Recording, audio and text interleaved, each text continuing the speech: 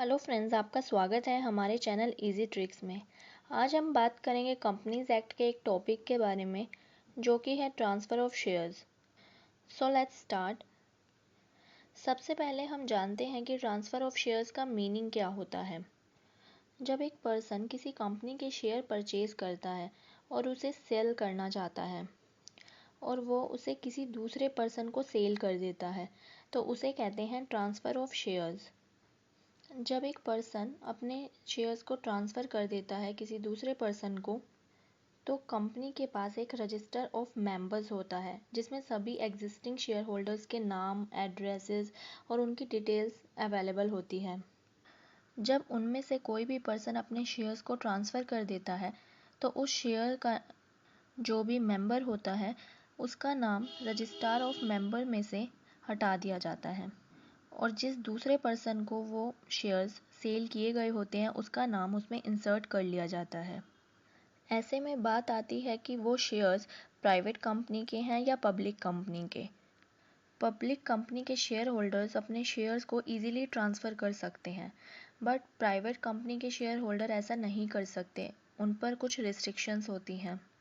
Private company के shares transferable होते हैं बट पब्लिक कंपनी के शेयर्स फ्रीली ट्रांसफरेबल होते हैं। तो पहले जानते हैं कि ट्रांसफरेबल और फ्रीली ट्रांसफरेबल में क्या डिफरेंस है। फ्रीली ट्रांसफरेबल का मीनिंग है विदाउट एनी रिस्ट्रिक्शन और ट्रांसफरेबल का मीनिंग है यहाँ पर कि हम शेयर्स को ट्रांसफ़र कर सकते हैं बट विद द कंडीशंस। जैसा कि हम जानते हैं कि प्राइवेट लिमिटेड कंपनी के शेयर्स फ्रीली ट्रांसफरेबल नहीं होते। एक प्राइवेट कंपनी के शेयर्स को अगर ट्रांसफ़र करना है तो उसके आर्टिकल ऑफ एसोसिएशन के अकॉर्डिंग उसमें मौजूद क्लोजेस के अकॉर्डिंग उसे ट्रांसफ़र कर सकते हैं। As per section 44 of the companies act 2013, the shares, debentures and other interest of any member in a company are movable property and these are transferable in a manner as prescribed by AOA। अब हम जानेंगे कि एक private company में transfer of shares कैसे किया जाता है और इसका प्रोसीजर क्या होता है। एक प्राइवेट लिमिटेड कंपनी को क्लोज्ड कॉरपोरेशन कंसिडर किया जाता है, जैसे कि पार्टनरशिप फर्म। एक प्राइवेट लिमिटेड कंपनी के शेयर्स आर्टिकल ऑफ एसोसिएशन से रिस्ट्रिक्टेड होते हैं। इसीलिए जब भी कोई पर्सन और उस कंपनी का शेयर होल्डर अपने शेयर्स को ट्रांसफ़र करना चाहता है तो उसे पहले अपने आर्टिकल ऑफ एसोसिएशन को देखना होगा। शेयर होल्डर्स पर ये रिस्ट्रिक्शंस होती हैं कि वो अपने शेयर्स को ट्रांसफ़र नहीं कर सकते। इसके दो फॉर्म्स हैं। So first is rights of pre एम्पशन।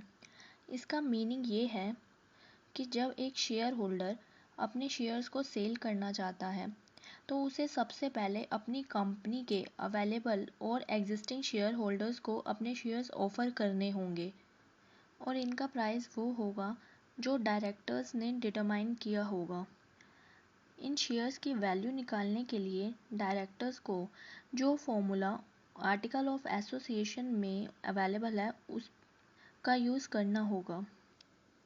और अगर कंपनी का कोई शेयर होल्डर उन शेयर्स को परचेज़ करने में इंटरेस्टेड नहीं है तो उन शेयर्स को बाहर सेल किया जा सकता है। अब हम बात करेंगे नेक्स्ट रिस्ट्रिक्शंस की जो शेयर होल्डर पर है अपने शेयर्स को ट्रांसफ़र करने के लिए। Power of directors to refuse. Company के डायरेक्टर्स के पास ये पावर होती है कि अगर आर्टिकल ऑफ एसोसिएशन में ऐसा कोई क्लोज अवेलेबल है जो कि मना करता है ट्रांसफ़र ऑफ शेयर्स के लिए या उसमें कुछ कंडीशंस अवेलेबल हैं जो फॉलो करनी पड़ती है, तो इस केस में डायरेक्टर्स शेयर होल्डर को मना कर सकते हैं अपने शेयर्स को ट्रांसफ़र करने से। नेक्स्ट हम बात करेंगे अगर शेयर होल्डर एलिजिबल है अपने शेयर्स को ट्रांसफ़र करने के लिए तो उसका प्रोसीजर क्या होगा। ट्रांसफ़र ऑफ शेयर्स के लिए only article of association he legally bind कर सकता है। अगर कोई एक शेयर होल्डर अपने शेयर्स को ट्रांसफ़र करना चाहता है बट कोई दूसरा शेयर होल्डर उसे ऐसा करने से रोकता है तो वो लीगली बाउंड नहीं है। एक शेयर होल्डर के लिए ऐसी कोई रिक्वायरमेंट नहीं है कि उसे अपने शेयर्स को सेल करने से पहले दूसरे शेयर होल्डर की कंसेंट लेनी हो। ओनली आर्टिकल ऑफ एसोसिएशन ही एक शेयर होल्डर को लीगली बाउंड कर सकता है उसके शेयर्स को ट्रांसफ़र करने से। अब हम बात करते हैं इसके प्रोसीजर के बारे में। इसके लिए कुछ स्टेप्स फॉलो करने होंगे। सबसे पहले आर्टिकल ऑफ एसोसिएशन को रिव्यू करना होगा। अगर आर्टिकल ऑफ एसोसिएशन में कोई रिस्ट्रिक्शंस अवेलेबल नहीं है तो शेयर्स को ट्रांसफ़र किया जा सकता है, बट अगर आर्टिकल ऑफ एसोसिएशन में ऐसी कोई रिस्ट्रिक्शंस है तो पहले उन रिस्ट्रिक्शंस को एड्रेस करना होगा। इसके लिए सेकंड स्टेप होगा शेयर होल्डर को अपनी इंटेंशन के बारे में डायरेक्टर ऑफ कंपनी को रिटर्न में एक नोटिस भेजना होगा, जिसमें शेयर होल्डर को ये बताना होगा कि वो अपने शेयर्स को ट्रांसफ़र करना चाहता है। इसके बाद नेक्स्ट स्टेप होगा कंपनी के डायरेक्टर्स आर्टिकल ऑफ एसोसिएशन में अवेलेबल क्लोज के अकॉर्डिंग शेयर्स की वैल्यू डिटरमाइन करेंगे और शेयर होल्डर को इन शेयर्स को सबसे पहले कंपनी के एग्जिस्टिंग शेयर होल्डर्स को ऑफ़र करना होगा।